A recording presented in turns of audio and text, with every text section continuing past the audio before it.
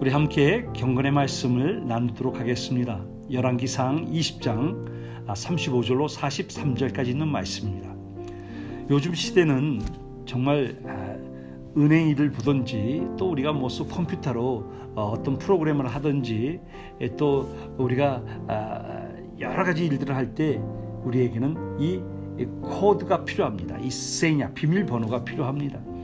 이 비밀번호를 우리가 잊어버리면은 우리는 은행 구자도 우리가 사용할 수가 없고 또 자기 컴퓨터도 들어갈 수도 없고 어떤 문자도 우리가 메시지도 받을 수도 없습니다.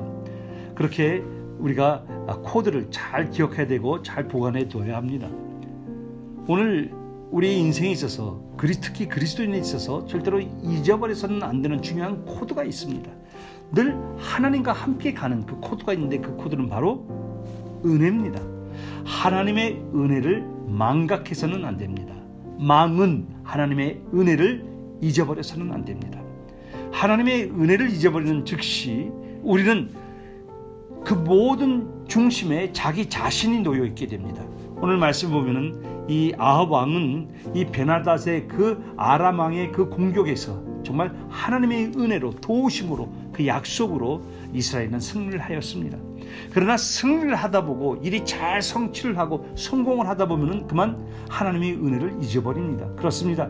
우리가 힘들고 어렵고 막 그럴 때는 하나님의 은혜를 사모하고 하나님의 은혜를 간구하지만은 조금 생활이 나아지고 조금 환경이 좋아지고 그러다 보면 마치 자기가 그 중심에 있는 것 같고 또 사람들이 그 사람 보고 당신의 믿음이 좋다, 당신이 잘했다, 당신은 축복받은 사람이다, 이 일로 말미암아 그만 우리는 하나님의 은혜를 망각해버리고 맙니다.